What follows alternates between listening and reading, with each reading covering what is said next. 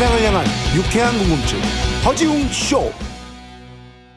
허지웅 씨 2부로 돌아왔습니다. 퀴즈 정답 3번 냉이였죠. 우선 선정답자 오세윤, 이성훈님 두 분께 와플 보내드릴 거고요. 일반 정답자 신영수님 그리고 2554, 1040 쓰시는 분 이렇게 세 분께 커피 쿠폰 선물로 보내드릴게요. 맛있게 드세요. 2부 마지막에 돌발 퀴즈 한 번 더 준비되어 있습니다. 기대해 주시고 오늘 히스토리 월드 역사 속 메시지를 던진 여성 예술인이라는 주제로 함께 해볼게요. 광고 듣고 썬킴 교수, 박강일 작가 바로 만나보겠습니다.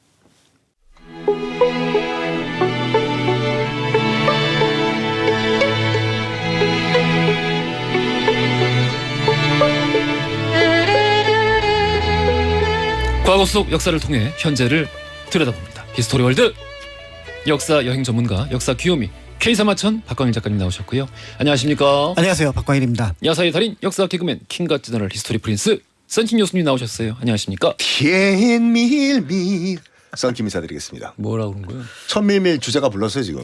등려군. 천밀밀 주제가 등려군이 슬퍼하고 있습니다. 등려군이 자랑스러워할 거예요. 0559 쓰시는 분께서 어제까지 히스토리월드 정주행 끝내고 그러니까 팟캐스트를 쭉 들으신 모양이에요. 오늘부터 본방사수 들어갔습니다. 몇 달 전에 썬킴쌤 그 클립을 접하게 되었고 너무 재밌어서 다 챙겨 들었는데 역마살 있는 썬킴님 어디 도망가지 마시고 오래오래 방송해주세요. 지금 안 보이세요? 좀 여기 지금 허지웅 씨의 족쇄 채워져 있어요. 아 족쇄요? 네, 짤렁짤렁짤렁짤렁. 지금 이대로 나가셔도 돼요. 저도 끊어드릴 자신 있습니다. 예. 이거 끊을 수가 없어. 이거 못 끊어. 무슨 소리 하시는 합금 거야? 되겠어, 합금. 1028호. 늘 조리 있게 설명해 주시는 박강일 작가님과 이제 저한테도 같이 감사드린다고 이렇게 전해 주셨는데 아이고 0559 쓰시는 분 너무 감사드리고 또 이제 썬킴쌤 매력이 허지웅 씨에서 제일 많이 바라지 않나? 그럼요. 다른 곳에서는 진짜로 이 느낌이 없어요. 그러니까. 네. 다른 곳에서는 그 방송 진행한 다음에 에너지가 다 소진된 느낌인데 여긴 에너지를 받아가요. 힘이 나. 그래서 내가 이렇게 힘들구나. 저도 그래서 힘들었고요. 에너지를 뽑아간다. 어쩐지 목요일만 되면은 내가 아이고 막 뼈가 아프고 나눠주세요 좀 에너지. 흡혈막이. 아무튼 요거 짧게 얘기하고 할까요? 오늘 일본에서 한일 정상회담 열립니다. 한일 관계 정상화 방안 논의한다고 하는데 일단 그 제3자 변제안 그러니까 일본이 직접 변제하는 것이 아니라 우리 그 보상 금액을 우리 한국의 기업이 출연을 해서 해서 변제를 하는 방안 이것을 하기로 했고 일본에서 굉장히 환영을 한다라는 이제 반응을 보였었는데 뭐 어제도 그 일본과 그 인터뷰한 내용을 보니까 이것은 원래 내가 그 당선 전부터 이런 거를 구상을 하고 있었다. 이렇게 그 제3자 변제안을 구상을 하고 있었다. 이런 얘기를 했더라고요, 대통령이. 아니 일본 기업이 중국인 강제징용 피해자들에게 직접 배상을 했어요. 근데 왜 우리는 그러냐고요. 끝. 글쎄 어떻게 생각하세요, 작가님은? 저도 뭐 특별히 지금 뭐 할 말이 없고 무엇보다 저는 이제 이 부분이 조금 더 해석의 여지가 필요한 부분이 해석의 여지가 있다라고 있다? 보여지는데요. 행정부에서 그 사법부의 판단을 이런 방식으로 정리를 하거나 처리를 하는 것이 가능한지 제가 이제 법과 관련된 부분을 잘 모르기 때문에 오히려 이제 그 부분에 의문이 생겨서 향후에 이거는 이거대로 뭐 진행이 되겠지만 그것과 별개로 여기에 대한 부분들도 조금은 누군가 좀 정리를 해줬으면 좋겠다 이 생각이 듭니다. 제가 그 지난주에 한번 마음을 먹고 한 3시간 동안 그 찾기 어렵더라고. 3시간 동안 인터넷에서 과거 이 제국주의 국가들이 배상을 한 사례들에 대해서 이 피식민지 나라의 국가에 대해서 배상을 한 사례들에 대해서 좀 찾아봤어요. 쭉 찾아봤어. 많지는 않아요. 많지는 않은데 그래도 뭐 이제 대표적인 제국주의 국가들 뭐 프랑스 과거의 제국주의 국가들 뭐 프랑스, 영국, 독일 다들 이제 배상의 경험이 있는데 그 피식민지 국가가 그러니까 이를테면 2차 대전 끝나자마자 바로 배상을 하거나 이건 뭐 당연히 전혀 아니고 그렇습니다. 전혀 아니고 오히려 안 뺏기려고 그랬죠. 그랬고 나중에 이제 그 피식민지 국가가 조금 더 뭐랄까요? 좀 국가적인 위상이 올라가고 나니까 그래서 국제적인 여론이 안 좋아지니까 그제서야 배상들을 하더라고요. 그런 배상들의 사례가 있는데 이제 일본 쪽에서는 그런 얘기가 워낙 많이 나와서 찾아본 거였거든요. 이런 경우에 배상을 한 그 경우가 어디에 얼마나 있냐, 왜 한국만 계속 그러냐라고 이렇게 자꾸 주장을 해서 한번 찾아봤었습니다. 그러니까 이 부분이 굉장히 그 사실은 여러 보통 국제 관계 또 제국주의 국가라고 일반화를 하지만 사람과 사람 사이의 관계가 일반화가 어려운 것처럼 그럼요. 나라와 나라 사이의 일반화가 굉장히 어렵습니다. 무엇보다도 일본이 영국과 프랑스와 가장 큰 다른 점은 패전 국가라는 거죠. 그렇죠. 그렇기 때문에 이제 전쟁이고 그다음에 1차 세계대전 이후에 전범이라는 개념이 등장을 합니다. 그 전까지 등장하지 않았던 예. 그런 면에서 볼 때 뉘른베르크하고 도쿄에서 전범 재판이 펼쳐졌고 그렇다면은 전쟁과 범죄라고 하는 관점에서 파악을 해야 될 부분들이 있는 거고요. 그게 되게 재밌는 게 일본은 그 자기들 그러니까 일반적인 시민들의 입장에서 전범국가의 시민이라는 그 가책이나 어떤 무게감 이런 게 없어요. 그렇죠. 옛날부터 없어요. 그러니까 이제 그 전수상이었던 이제 아베 같은 경우가 이른바 보통국가로 나아가겠다라고 하는 부분인데 거꾸로 얘기하면은 지금까지 일본이 보통국가가 되지 못한 것이 이제 어떤 이유 때문인지를 역사적으로 반추를 해볼 필요가 있거든요. 그런데 그 부분이 어느 정도 극복이 되었다. 예를 들어 주변국가의 관계 개선이라든지 어떤 그 식민지 지배에 대한 어떤 반성이라든지 이런 것들이 있었다면 주변 국가의 호응 속에서 보통국가로 나아가는 부분들이 가능했겠지만 주변 관계를 그다지 고민하지 않고 일본의 국력을 바탕으로 보통 국가로 나가겠다고 하는 부분들이 이제 이 옆에 있는 나라들이 볼 때는 납득하기 어렵다. 이런 어떤 판단을 했던 부분이었거든요. 그러니까 그런 부분은 여전히 지금도 일본과 주변 국가들의 어떤 관계 속에서 유효한 어떤 그 관전해야 될 관점 이게 아닐까라는 생각이 듭니다. 저는 뭐 약간 다른 관점으로 봤는데 이번에 그 이제 만찬을 한다는 오므라이스 집. 오므라이스 집에서 만찬을 한대요? 네. 왜 그런 것만 찾아봐요? 아니, 관심 없어요 그런 거요? 이게 전혀 없어요. 이게 이제 1868년 이제 메이지 유신 이후에 예. 메이지 유신을 이제 그 과정에서 이제 서양화를 하는 그 화양 절출 과정에서 탄생한 식당이에요. 예. 그러니까 대표적인 게 이제 기무라야라고 하는 단팥빵집이랑 이 만찬 장소로 결정된 오므라이스 집, 돈가스 집 몇 개가 정말로 이제 메이지 유신의 상징과 같은 그런 식당이거든요. 그렇죠. 왜냐하면 그치?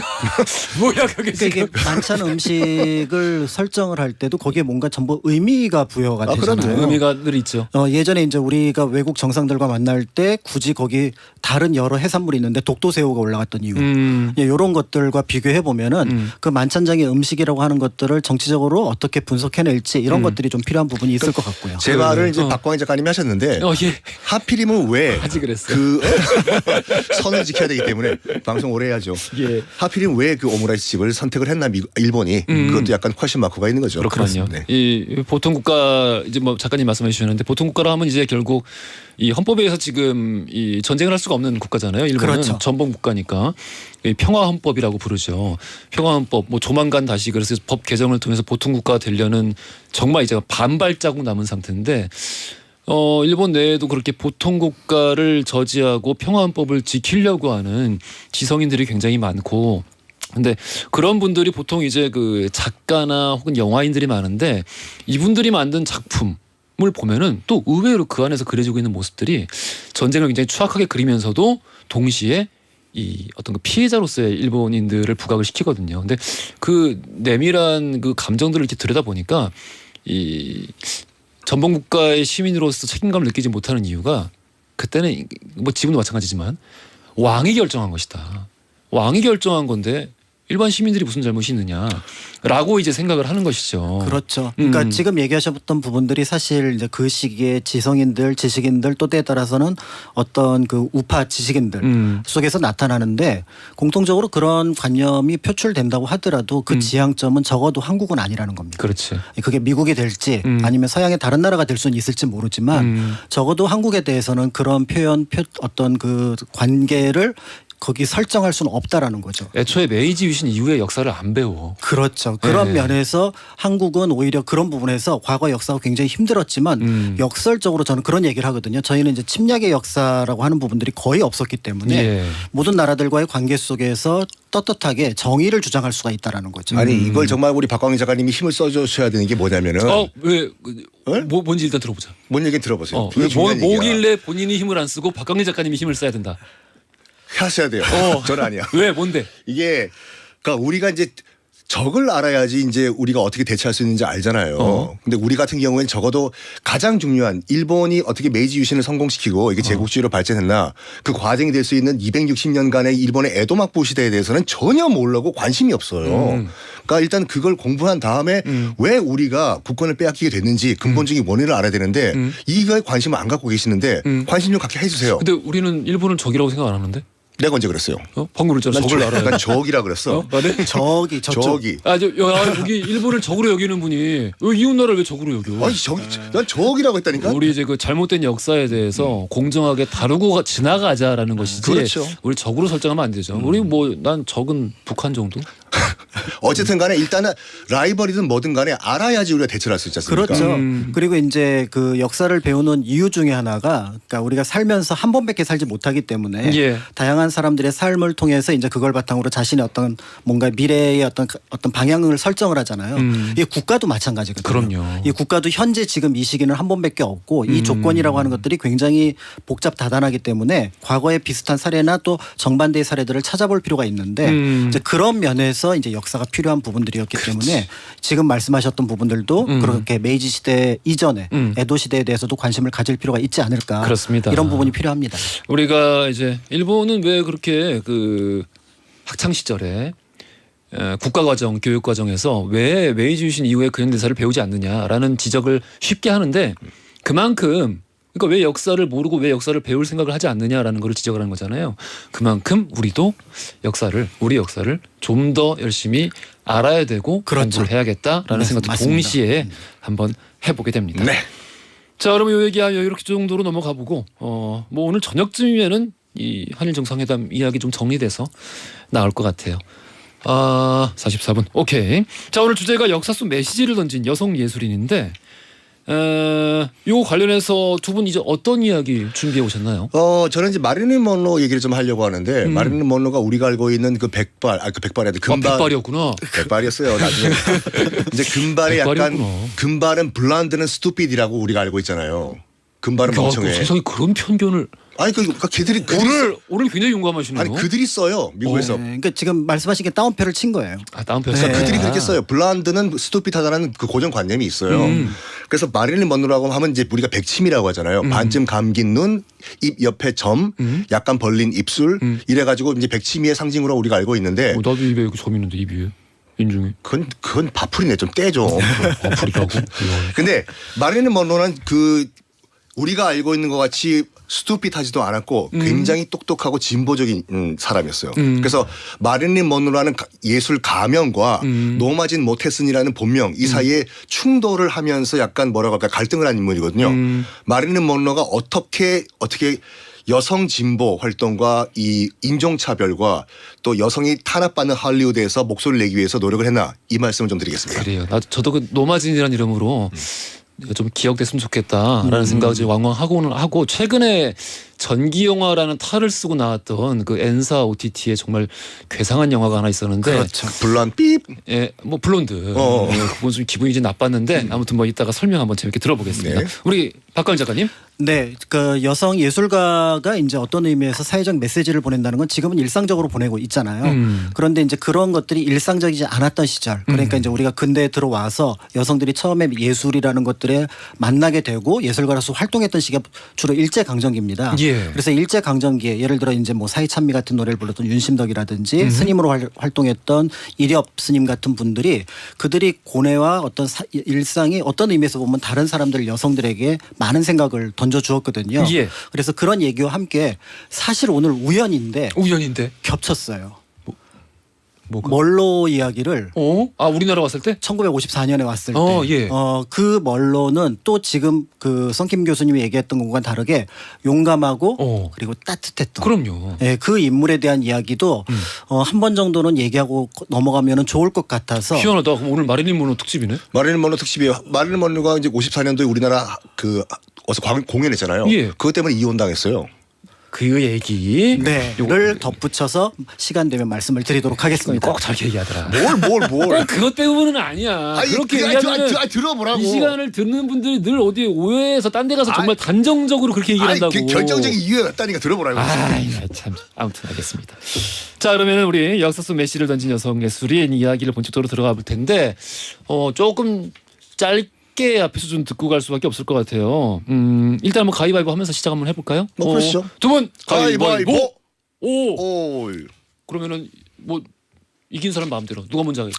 하세요. 먼저. 네.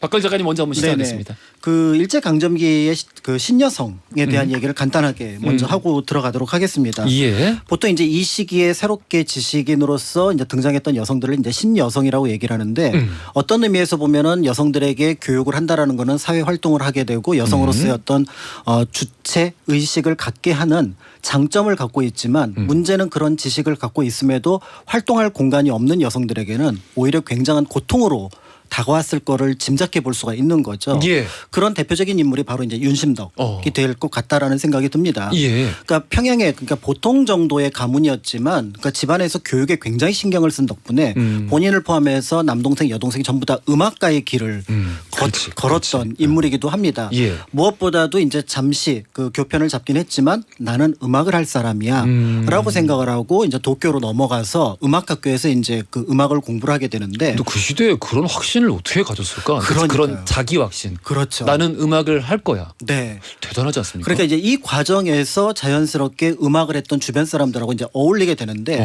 성격이 굉장히 쾌활했고 또 한편적으로 서구적인 어떤 외모를 갖고 있어서 같은 한국인 유학생들 사이에서 굉장히 인기가 있었다고 합니다.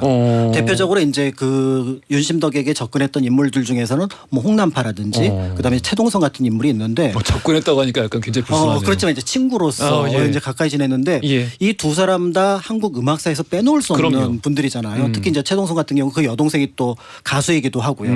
그런 면에서 볼 때 사실 윤심덕으로서 일생에서 가장 안타까운 부분이 이런 같은 음악을 했던 사람과 혹시 인연이 맺어졌더라면 어땠을까라는 생각이 들었는데 사람 일이 참 알 수 없는 게 윤심덕에게 오히려 윤심덕의 눈을 빼앗은 사람은 와세다 영문과를 다니고 있었던 차분하고 조용한 김우진이었던 거죠. 김우진. 와세다에 있었어. 그렇습니다. 그러니까 이제 문제는 이 김우진이 고향이 전라도인데 굉장히 부잣집 아들이었거든요. 예. 어렸을 적에 이미 혼인을 해서 처와 아들이 있었던 거죠. 이거 완전 드라마네. 영화로 있잖아요. 아이, 홍남파 얘기를 누가 했는지 알아요? 이경영 씨가 있어. 아유, 그래서. 그러니까 이제 둘 사이가 굉장히 도쿄에서는 사이가 좋았지만 결국은 이제 어쩔 수 없이 이제 이별을 해야 되는 상황인 거잖아요. 그래서 이제 결국은 김우진은 김우진대로 고향으로 돌아가고 그다음에 이제 그 윤심덕은 윤심덕대로 한국으로 돌아와서 자신의 이제 활동 공간을 이제 찾아가게 됩니다. 예. 그런데 이제 문제는 이런 어떤 성악 소프라노를 공부를 했는데 이런 자리로 설 공간이 없는 거예요. 아니 자기가 외국 유학 첫 번째 여성 음악가인데 그렇죠. 이 자리가 마련되지 않는다는 거에 이제 좌절을 했던 거죠. 무대가 없는 거지. 무대가 없습니다. 그래서 한때는 이제 대중음악 대중 가수로서도 이제 활동을 하게 됐지만 이건 역시 이제 변변치 않았던 거고요. 그런 상황에서 생각난 인물이 있었던 거죠. 김우진한테 연락을 해서 뭘 하면 좋겠느냐라고 얘기를 했더니 한번 연극을 해보면 어떻겠느냐. 라고 해서 연극을 해봤는데 근데 이때 또 문제가 바로 뭐였냐면 당시 이제 토월회를 중심으로서 연극 활동들이 하고 있었는데 당시 연극 배우의 대부분 출신이 기생이었습니다. 그러니까 당시 연극 배우를 한다라는 거는 윤심덕이 어떤 의미에서 보면은 뭔가 그 자신의 영역을 유지하지 못하고 떨어졌다. 지위가 약해졌다. 이제 이런 모습으로 이제 표현이 됐던 거죠. 이 와중에 이제 경제적인 곤란을 겪으니까 거부였던 이모라는 사람을 찾아가게 되는데 이게 이제 사람들 눈에는 어떻게 비쳤냐면은 첩이 됐구나. 이런. 그렇게 오해할 만하죠.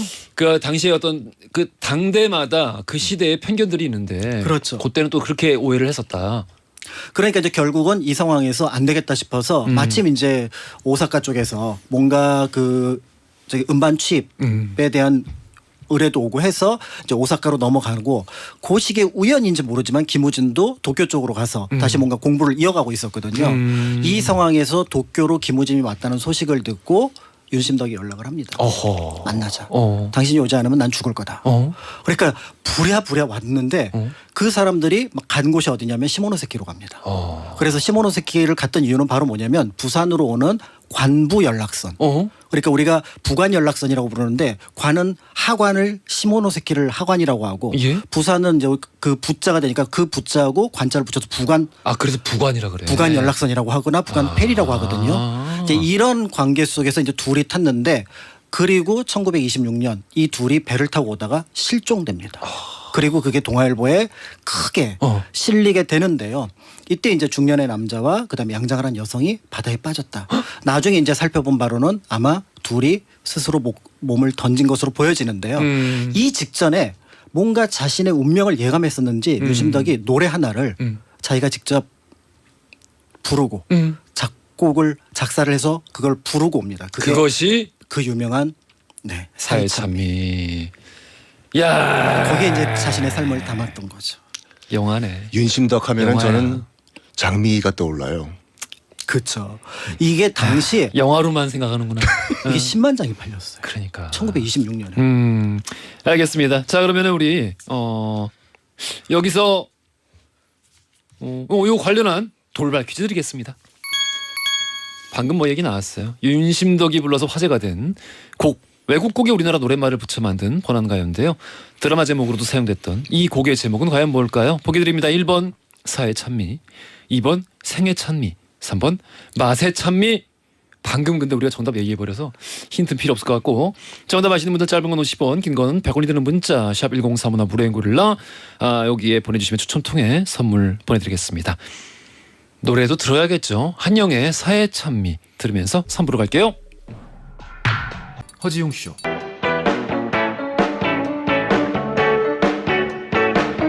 그래 알고 있어 심심한 걸 졸린 점심시간 너무나 싫어서 라디오를 들으면서 혼자서 달리는 12시 5분 그 여름날 밤 라디오의 음악 속에 잊을 수도 없는 춤을 춰 귓가를 울리는 우리 목소리에 믿을 수도 없는 꿈을 꿔 이제는 정오의 바쁜 햇살 아래 헤드폰을 쓰고 춤을 춰 귓가를 울리는 슬픈 음악 속에 나눌 수도 없는 춤을 춰 여러분은 지금 삶이 행복해지는 순간 허지웅 쇼를 듣고 계십니다. SBS Love FM.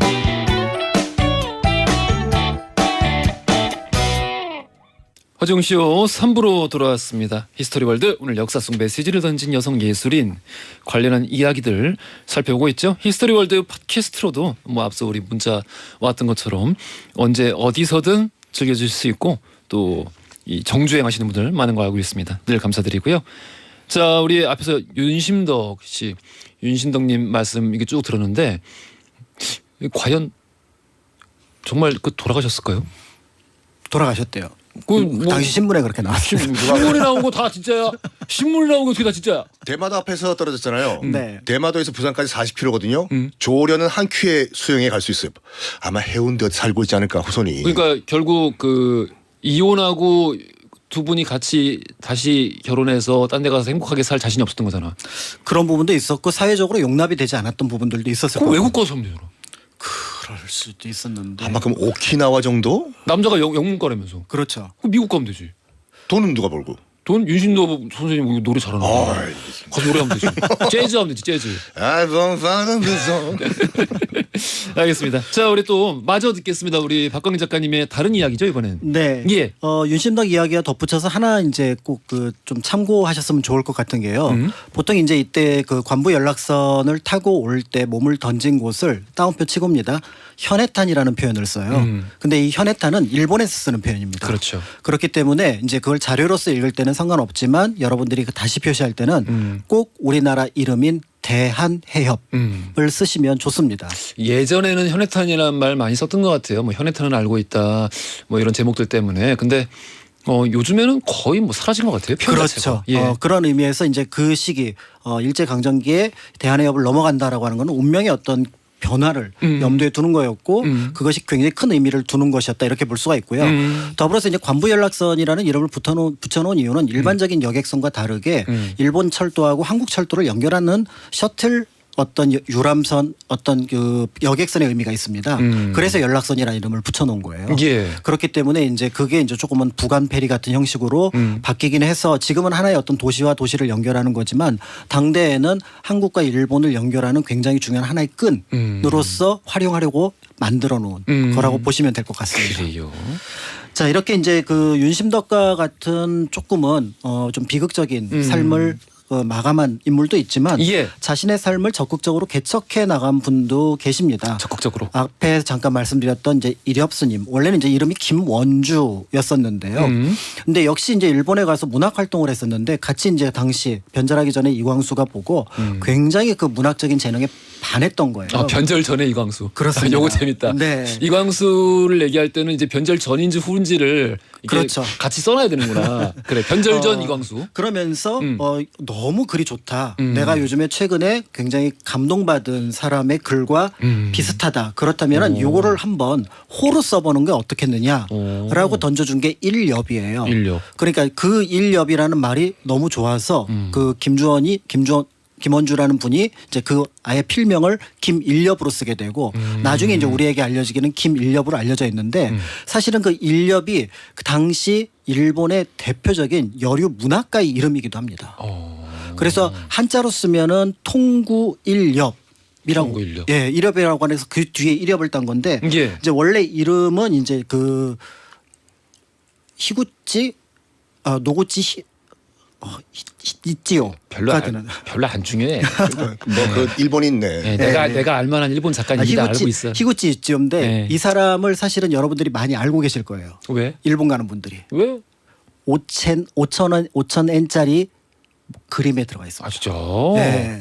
카드만 써서 몰라요. 그러니까 그 이유가 뭐냐면 일본에서도 여성을 그러니까 화폐의 어떤 그 모델로 삼아야겠다라고 하는데 26살에 요절했던 25살에 요절했던 이 여성이 굉장히 어떻게 보면은 당대 여성의 시선으로 시와 산문을 썼다라는 점에서 여성 문학에서 굉장히 중요한 평가를 받거든요. 그렇구나. 네, 그래서 그 일엽을 따다가 썼고 사실은 이것도 가명이긴 합니다. 일엽 편주라고 해서 내가 세상을 나아가는데 정말 힘들게 나아가고 있구나 이런 의미에서 일엽으로 썼던 거였거든요. 그렇게 해서 이제 문학적인 재능을 받아서 어떻게 보면 이제 한국에 들어왔는데 보니까 한국 여성들이 좀 더 적극적으로 살아야겠다라고 생각을 해서 당시 나혜석이라든지 김한란이라든지 이런 사람들하고 꽤 잡지를 만들게 됩니다. 아 서로 소통이 있었어요? 그렇죠. 네, 그러니까 교류도 하고 소통도 하고 그러면서 우리는 새롭게 이 시대를 표현하는 여성이 되어야 된다 그래서 신여자. 신여자. 그래서 이제부터는 이 신여자의 관점은 바로 뭐냐면 남자하고 평등해야 된다. 그러니까 재능도 같다면 권리도 같아야 되고 능력도 같아야 되는데 이게 바로 뭐냐면은 노동과 참정권에 대한 문제였어요. 그러니까 노동을 했으면은 동일하게 경제적인 보상을 받고 우리도 뭔가 참정권으로서 정치적인 권리를 가져야 된다. 이런 선언을 했던 거죠. 미국의 여성 참정권 운동 역사와 시작이 되게 비슷하네요. 그 시작의 구호가 똑같네요. 그렇죠. 그러니까 예. 빵과 장미를 달라고 했을 때 빵이 예. 경제, 장미가 그렇죠. 이제 참정권에 대한 부분이었으니까요. 예. 이제 이런 부분들이 있었는데 문제는 당시 이런 신여자라고 하는 그 캐치프레이즈가 총독부의 여성, 그러니까 조선 여성에게 바라는 방향하고 맞지 않았던 겁니다. 총독부는 뭘 바랬습니까? 현모양처. 현모양처. 예, 그러니까 제대로 된 노동력을 가정에서 보내줘야 그러니까 식민지의 어떤 운영이 잘 된다라고 판단을 했기 때문에 현모양처가 굉장히 중요했던 거였고요. 그래서 결국 4호 만에 이 잡지는 폐간이 됩니다. 그렇지만 이제 이후에 이제 문학 활동을 이제 계속 해서 나아가게 되는데 이때 이제 중요했던 것들은 뭐냐면 이 시대 신여성들이 자유연애를 했었거든요. 근데 이 자유연애를 하면은 이제 결혼했다가 이혼했다가 결혼했다가 이혼했다 이 과정을 몇 번 반복을 하거든요. 다 그랬어요? 비슷한 경우가 종종 있습니다. 그래요? 나혜석이 대표적이지. 그렇죠. 그러면 이제 여기에 대해서 이제 언론이 확 하고 달라붙습니다. 이게 다 이런 그 여성운동 초기에 벌어졌던 것들이 비슷해. 최근에 미국의 여성운동사 읽고 있는데 이 정말 똑같아요. 그 정말 특정 누군가의 사생활에서 이런 일이 벌어지면은 벌떼같이 달려들어. 그렇죠. 그래서 이게 이 전체 진영의 그 도덕성을 그대로 보여주고 있다라고 맞습니다. 마녀 사냥을 하는 거예요. 그렇죠. 그러니까 이제 결국은 이걸 바탕으로 해서 그들이 이전에 성취해놓은 여성 평등에 대한 어떤 여러 가지 선언들을 무력화시키는 작업들을 했던 거고요. 그러니까 결국은 여기에 이제 버텨내지 못하면서 이른바 정조 논쟁, 그 나혜석도 벌였던 왜 남성들은 그런 것들에 대해서 재혼을 하더라도 뭐라고 하지 않으면서 여성들이 재혼을 한 경우는 이렇게 색안경을 끼고 보느냐 이런 논쟁을 벌였지만 결국은 큰 성과를 거두질 못하게 됩니다. 이제 이 과정에서 이제 김일엽이라고 하는 인물은 그러면 나의 존재는 일단 이 시기에 어디서 찾아야 될까라고 하다가 우연히 수덕사에 가서 만공 스님의 법문을 듣습니다. 출가를 하자. 이분 진짜 되게 파란만장하구나. 네. 그래서 결국은 나의 존재의 가치를 찾는 방법 가운데 하나는 출가를 하고 수행을 하면서 그러면서 또 글은 쓸 수 있으니까 라고 하면서 그때부터는 이분의 이름이 김일엽에서 일엽 스님으로 이제 바뀌게 되고요. 수덕사 옆에 보면 정해사라는 절이 있는데 거기는 비구니 사찰입니다. 예. 이제 거기에 머물면서 또 물론 다른 곳에도 왔다 갔다 하시긴 하셨지만 그러면서 자신의 삶을 살았던 건데 윤심덕이 됐던 김일엽이 됐던 당대에 굉장히 힘들게 살았던 또는 어떻게 보면 끝이 좋지 않았던 그런 모습들을 보여주고 있는데요. 근데 그 모습을 보면서 한편으로는 많은 여성들 또는 한편으로는 많은 남성들이 비판을 했겠지만 한편으로는 저 사람은 왜 저렇게 살까라는 것들을 몸으로 그다음에 또 작품으로 보여줬다는 점에서 어떤 메시지가 이런 것들이 쌓이고 그러다 보니까 광복 이후에 자연스럽게 남성과 여성에 대해서 적어도 정치적으로 같다는 것들에 대해서는 누구도 반발하지 않는 계기를 만들어내지 않았을까 하는 생각이 듭니다. 그러니까 결국 그 본인이 믿고 실천하고자 하고 또 변화시키고 하고자 하는 바들을 자기 인생 내내 그렇죠. 계속해서 실천하고 보여주고 노력하다가 이후에는 이제 출가한 이후에도 좀 다른 형태로서 이거를 자기 인생을 통해서 보여줬군요. 그렇습니다. 참 그러고 보면 우리가 앞서 나갔어요. 그러니까 우리가 알고 있는 1789년 그 프랑스 혁명의 그 시민 헌장 예. 아시다시피 그 시민에는 여성이 포함 안 됐잖아요. 예. 그러니까 남성만 인간이다. 그리고 1920년대 이전까지만 하더라도 영국에는 여성들이 참정권이 없었어요. 그렇죠. 아니 뭐 이제 그 미국 이제 건국의 아버지들이 헌법을 만들 때도 거기 이제 명시된 그 시민의 자유라는 것은 이 어느 정도의 경제력을 가지고 있는 백인 남성이었어요. 맞아요. 그러니까 이제 다 쟁투를 통해서 권리를 얻어내는 것인데 그렇습니다. 그런 다른 나라들에 비하면 이제 우리나라는 나라 세우자마자 바로 이제 그 남성과 여성의 평등한 권리를 적어도 헌법상으로는 이 명시해놨기 때문에 그 부분에선 조금 이제 앞서 있긴 하다라는 그런 생각이 면에서 들긴 사실은 하고. 이제 일제강점기를 보는 시선이 두 가지가 필요한데요. 하나는 이제 피압박이라는 관점도 필요하지만 한편으로는 일제를 몰아내는 과정에서 그럼 우리가 만들어 나가야 나라는 어떤 나라냐. 그러면서 지식인들 중심으로 민주주의에 대한 어떤 토론이 있었겠지. 토론이라든지 그런 공감대가 만들어졌던 것들 이런 것들도 중요하게 생각해 볼 필요가 있는 거죠. 그러니까 우리 생각보다 훨씬 수준이 높았다는 거예요. 그 논의에서 오고 갔던 내용들이. 그렇습니다. 알겠습니다. 참 그런데서 우리나라 이야기 듣다 보면은 안 그러려고 노력하면서도 자꾸 뭔가 차올라. 그 억울한 거 말고 이 뭔가 자랑스러운 게 저 힘든 상황에서 어떻게 그렇게 그 놀라운 어떤 논리와 최신의 이론들을 어떻게 이렇게 많이 접하고 또 어느 정도 굉장히 높은 수준으로 그거를 잘 알고 있고 서로 토의하고 그걸 또 우리 뭐 헌법부터 여러 가지 국가의 출발에 필요한 것들에도 반영을 했는지 이런 것들이 좀 자랑스럽습니다. 그렇습니다. 자, 우리 썬킴 교수님. 자, 1926년 캘리포니아 로스앤젤레스에서 한 여자 아이가 태어납니다. 그렇군요. 노마진 모텐슨이라는 여자 아이였어요. 일단은 정상적인 가정이 아니었어요. 어머니는 군수공장에서 일하는 노동자였는데 약간 정신이 많이 아프신 분이었어요. 근데 아버지는 누군지 몰라요. 그래가지고 이제 어머니는 바로 이제 정신 요양시설에 이제 보내져 버리고 예. 고아가 됩니다. 노마진이요. 그래가지고 이제 성인 될 때까지 총 고아원 5번, 위탁가정 5번 일 거쳐요. 전전을 한 거죠. 그런 과정에서 나이 8살 때 처음으로 그러니까 수많은 이 성적 착취가 있었어요. 그 노마진 모텐슨이 8살 때 처음으로 성적인 이제 그 폭행을 당해요. 그 위탁가정의 그 남자로부터. 그러면서 그럼 정말 고아원에 들어가기 싫었다고 해요. 그래서 이제 고아원 관계자가 와서 가자 그러면은 난 안 간다고. 그러니까 아무나 성인 남자 여자가 있으면 아주머니가 있으면 달려가가지고 우리 아빠라고 해달라고 우리 엄마라고 해달라고 우리 아빠 맞죠? 우리 엄마 맞죠? 안 간다고. 고아원 싫다고. 고아원이 싫다고. 그러면서 약간 정신적 충격을 받고 살았어요. 살고 그렇지만 우리가 알고 있는 것 같이 이제 노마진 모텐슨 그러니까 나중에 마릴린 먼로라는 예명을 갖게 되는 거죠. 굉장히 똑똑했습니다. 그 예. 과정에서 이 미국이란 사회에서 그 1930년대 40년대잖아요. 이 마초가 좌지우지하는 이 미국 사회가에서 여성이 얼마나 지금 핍박받고 있나라는 걸 느꼈어요. 느끼면서 수많은 책을 읽었습니다. 우리가 알고 있던 그냥 스투피 블란드 금발은 멍청이의 이미지가 아니라 그 수많은 독서를 통해 가지고 내가 답을 찾자. 그러니까 우리가 알고 있는 마릴린 먼로의 이미지를 깨는 게 나중에 이제 그 자기가 너무 멍청한 금발 연기만 하다 보니까 그러니까 할리우드 스튜디오에서 시켰어요. 그러니까 돈이 되니까. 그럼에도 불구하고 차곡차곡 나는 언젠가는 나만의 메소드 연기를 하겠다라고 하면서 뉴욕에 있는 액터 스튜디오에 자기가 들어가 가지고 이제 공부를 합니다. 액터 스튜디오가 어떤 곳이냐면 우리가 알고 있는 메소드 연기의 대명사들 로버트 드니로, 알파치노 등등등이 다 공부를 하는 데거든요. 거기서 이제 그 공부를 하면서 수많은 이 연기 관련된 책을 읽고 공부를 하는데 기자가 물었어요. 마릴린 먼로 보고. 아니 그냥 블란드 연기만 하면 되지. 왜 메소드 공부를 하냐. 그랬더니 그래 네가 그 학교 나온 다음에 뭐 어떤 연기를 하고 싶냐 했더니 기자들 앞에서 마릴린 먼로가 뭐라고 했냐면 나는 도스토옙스키의 죄와 벌을 한번 영화로 만들고 싶다. 하니까 기자들이 웃어요. 저기요 마릴린 먼로 씨 혹시 도스토옙스키 이름 스펠링은 아세요? 여기 충격 먹은 거. 모욕적이다. 모욕적이죠. 그리고 스펠링은 당연히 얘기했어요. 예. 그리고 책을 읽는 장면이 기자의 카메라에 포착이 되는데 한 번은 어떤 책을 읽었냐면 우리 웅딘 잘 알고 그 제임스 조이스의 율리시스라는 책이 있어요.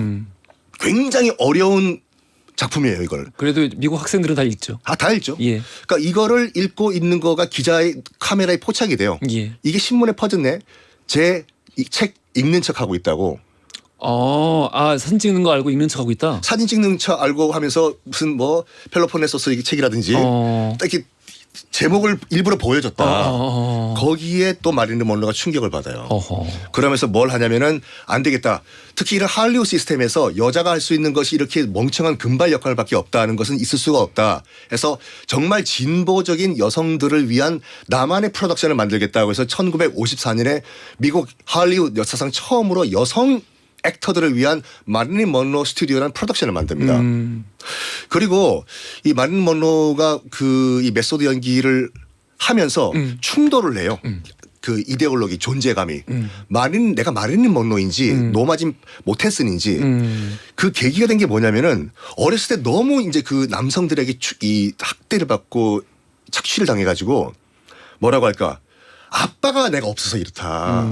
어렸을 때부터 내가 아빠만 있었어도 이런 일이 없었을 것이다. 라고 하면서 결혼을 물론 첫 번째 결혼 같은 경우에는 이 짐 도허티라고 해서 예. 고등학교 동창이랑 결혼을 해요. 금방 끝나요. 왜 끝나냐면 바로 할리우드에 픽업이 됐거든.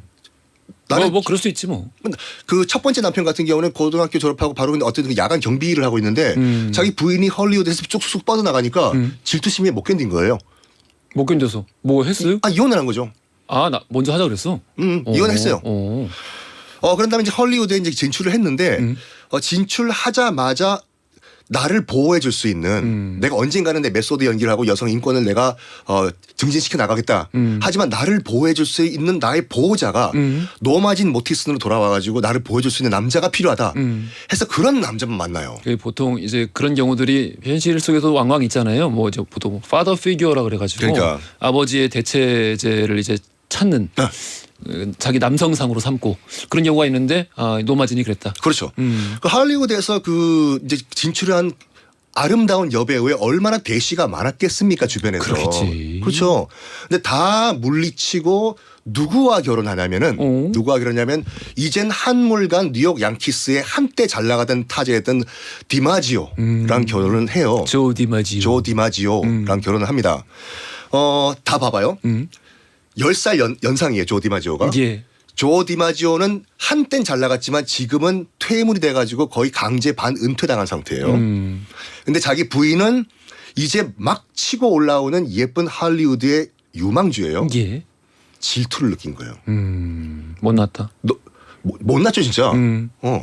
너 누구 만나고 왔어? 너 오늘 무슨 영화 찍었어? 그리고 첫 번째 단추부터 잘못 끼워졌어. 1954년도에 결혼을 했는데 신혼여행을 일단 도쿄로 가요. 아이고. 일본 도쿄로. 도쿄로 가서 당시 이제 미 군정 관계자가 예. 할리우드의 유명 여배우가 왔다는 소식을 듣고 마릴린 먼로 부부를 찾아갑니다. 가가지고 얘기를 해요. 바다 건너면 코리아라는 나라가 있는데 거기에 수많은 지금 미군 장병들이 주둔하고 있다. 가서 위문 공연 한번 해주는 게 어떻겠냐 했더니 조 디마지오가 뭔 소리 하냐고 지금 우리 지금 신혼여행 와 있다고. 뭔지노. 네? 뭔지노. 뭔지 뭐? 뭔지노 뭔지. 아 뭔지. SBS가 청소가 안 해. 그래서. 아 그래가지고 그때 죄송합니다. 네. 미 군장 관계자가 정말 열받는 소리를 했어요. 제가 이 질문은 조 디마지오한테 물어본 게 아니라 사모님한테 물어본 거라고. 여기서 마릴린 먼로는 가겠다. 난 수송기 타고 그러면 코리아에 잠깐 가겠다. 그래서 공연을 하고 와요. 이때 이제 남편이 열등감 폭발했죠. 너 가서 뭐 했냐. 그때부터 허니문 때부터 폭행이 시작됩니다. 이쪽은 야구 선수잖아요. 야구 배트로. 그리고 결정적으로 이제 이혼을 했던 케이스가 이유가 뭐냐면 7년 만에 외출이라고 그 마릴린 먼로의 유명한 가장 유명한 작품이죠. 스커트 씬. 흰색 스커트 지하철 바람에 휙 날리는 거. 이 뉴욕 한복판을 찍었는데 이걸 본다고 뉴욕 시민들이 다 모인 거예요. 조 디마지오는 그걸 옆에서 보고 있고 너 왜 묻 남성들한테 속옷 보이냐.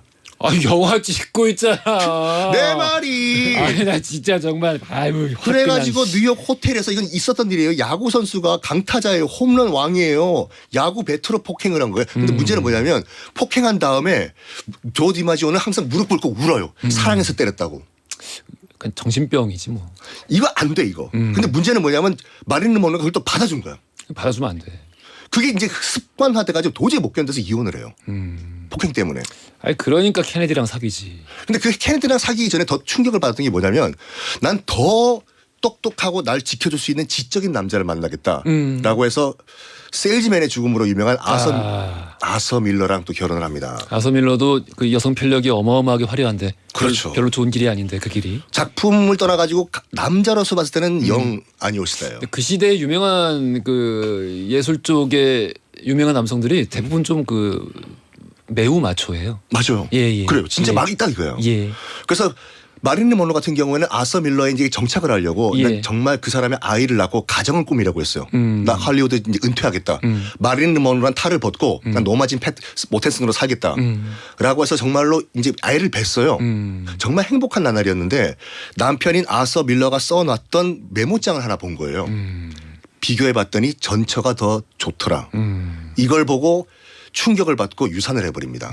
아서 밀러는 평생 그렇게 살았어. 원래. 평생 그렇게 살았어. 이렇게 충격에 빠진 마릴린 먼로가 난 남자들 다 싫다. 그러면 난 지금부터는 마릴린 먼로란 털을 벗고 진짜 진보적인 여성으로서 나가겠다라고 해서 스스로 메소드 연기를 할 수 있는 첫 작품을 준비를 해요. 예. 그대로 갔었으면 마릴린 먼로는 정말 진보적인 여성의 아이콘으로 떴을 거야. 근데 이런 시기에 존 F 케네디와 로버트 케네디가 접근을 합니다. 위로를 해준답시고 마릴린 먼로와 말도 안 되는 애정 행각을 벌이게 되죠. 그리고 이 두 형제와의 애정 행각이 끝난 다음에 직후 1962년 8월 5일 의문사를 당하고 맙니다. 그래요. 그 뒷부분 쪽은 이제 약간 그 음모론 쪽 이야기도 약간 섞여 있긴 한데 어찌됐든 케네디 대통령 전 대통령과 사귀었던 건 이제 팩트니까. 팩트예요? 네, 그건 팩트니까. 뭐 근데 이제 약간 음험하게 얘기했어. 뭔가 그 형제에게 이상한 짓을 당한 것처럼. 아무튼 어떻게 보면 또 그렇게 해석을 합니까? 연애를 한 거야. 연애를 했는데 아무튼 그 이후에 이제 불행한 그 삶을 바치게 되죠. 그러니까 정말로 그때 스스로 목숨을 극단적인 선택을 할 이유가 없었어요. 왜냐하면 죽기 직전인 8월 4일까지도 자신의 첫 메소드 영화를 위한 회의를 하고 제작 준비를 하고 있던 상태였거든요. 근데 바로 그 다음 날 변사체로 발견됩니다. 안타까워요 진짜. 그러니까 우리가 알고 있는 금발의 백치미의 여인이 아니라 정말로 여성 인권을 위해 가지고 싸웠던 노마진 모태슨으로 우리가 기억을 해야 돼요. 그러니까 저는 그게 오히려 더 좀 독이었던 것 같은데 나는 지금 이런 이미지로 보여지고 있는데 사실은 그런 이미지가 아니야라고 너무 이 강박적으로 노력을 했던 게 아닌가. 왜냐하면 메소드 연기라는 것이 더 나은 연기의 방법인 것도 아니고 아니. 우열이 있는 게 아니거든요. 정말 그냥 카메라 딱 그 돌아가는 거 끝나자마자 바로 일상으로 돌아가시는 분들 많고 그런 분들이 정신 건강은 또 훨씬 그 깨끗하시고. 그러니까 너무나 나는 두 개의 다른 인격체가 있다는 거에 강박관념이 있었어. 그러니까 너무 거기에 혼자 이거 과몰입을 좀 하셨던 게 아닌가. 그래서 본인 인생도 많이 좀 불행했고 나쁜 사람들한테 좀 많이 끌리게 되고 많이 안타깝다. 태어났을 때부터 참 불행한 삶이 시작된 거예요. 그래요. 마릴린 monroe에 대한 이야기까지 한번 이렇게 쭉 들어봤는데 이 그녀를 다루는 이야기들이 조금 더 좀 공정한 시선에서 이야기를 좀 만들어줬으면 좋겠다라는 네. 생각이 들어요. 네. 최근에 나왔던 작품도 그 모양이라서. 그러니까 그 한 가지만 덧붙이면은 예. 1954년에 10번의 공연 그 2월달 추운 때 10만 명의 미군을 대상으로 공연을 했었거든요. 예. 그때 많은 미군 사이에 퍼진 말이 멀로는 페니실린 이후에 최고의 치료제였다. 그러니까 10만 명에게는 치유의 시간을 또 주었던 인물이라는 점에서 그 여배우가 갖고 있었던 힘이라고 하는 것들은 어마어마했었구나라는 것들을 또 여기서 확인을 할 수 그 있습니다. 소식을 듣고 조디마지오는 또 질투에 빠지죠. 정말 아유 징글징글해. 아유. 아무튼 알겠습니다. 이렇게 해서 우리 역사 속 메시지를 던진 여성 예술인에 관련된 이야기 쭉 한번 알아봤어요. 돌발 퀴즈 정답자 1679 쓰시는 분, 5141 쓰시는 분, 그리고 강민재님 세 분께 비타민 음료 선물로 보내드리겠습니다. 지금까지 박광일 작가, 썬팅 뉴스였습니다. 감사합니다. 감사합니다. 네, 감사합니다. 광고 듣고 왔습니다. 마릴린 monroe 음악 듣고 갈까요? I wanna be loved by you 들으면서 4부로 갈게요.